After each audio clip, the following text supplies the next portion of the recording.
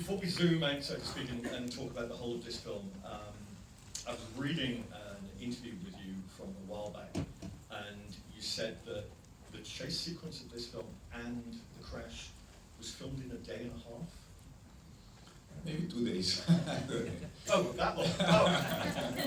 Yeah, it was a crazy, dangerous thing we did at that time. And just to give us an idea of, not just talking about the setup for the whole of this chase sequence, but also the look of it as well, how you worked with Rodrigo Prieto on the process of not bleaching the film to create this look. Mm-hmm. Yeah, I think we, at that time, we were looking for something. Mexico City has a light. It's a very high altitude city. There's a lot of pollution, and there's a bad quality in the air, and a lot of particles, and in a way, there's a lot of grayish particles that is not very nice. In a way, it behaves with a normal photography. There's always like a milky kind of thing.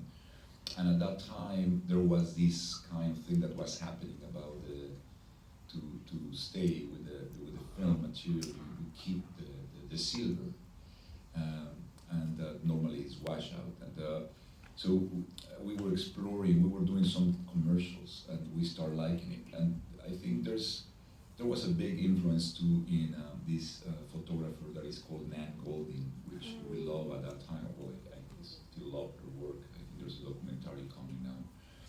But I think her work showed that immediate raw nature of things with these colors. And Mexico City has a lot of colors, primer colors that suddenly when we were doing tests, we found that the colors bring a kind of a different texture of it, and that milky thing suddenly was integrated in a beautiful way. Instead to be something that was bothering, the film suddenly got like this silvery platinum thing, and the colors and the skin tones were affected.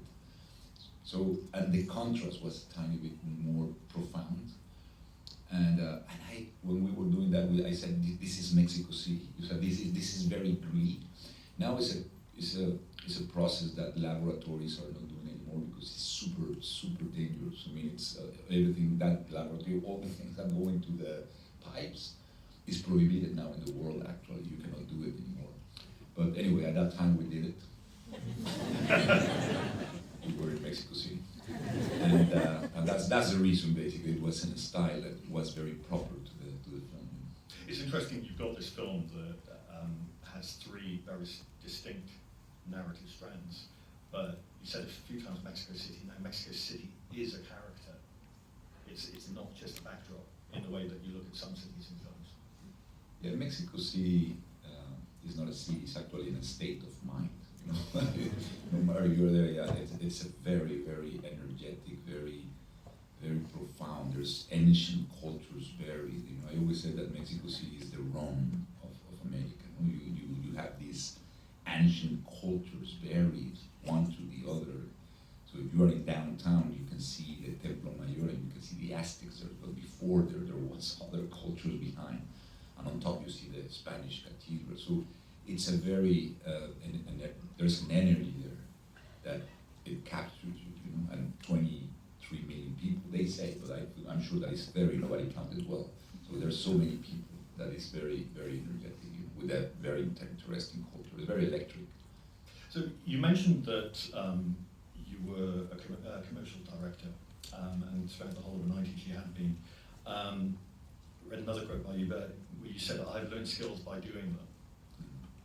I just wonder, when I saw this film, it felt like nothing I'd seen. It just felt fresh. You're not someone who went to film school. You're not someone who had any orthodox training. The funding of the film was very unique for Mexico at that point in time. I just wonder if this is the reason why the film feels so fresh, and looking at the whole of your career, that the choices you've made is because you've never been part of an orthodox kind of linear passage. I think so. You know, it's hard to answer exactly what it would have been of me if I had studied cinema in a more conventional academic way, which I don't think is wrong.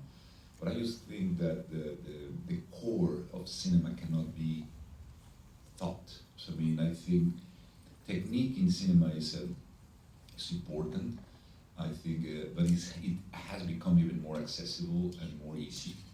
The rules of cinema are, in a way, technically, the craft of it is not rocket science, right? So I mean, even with your phone, you have a close-up, two shot, wide shot, okay, next. Well, that's TV, right? That's the language of, it's a very, in a way, not very complicated thing.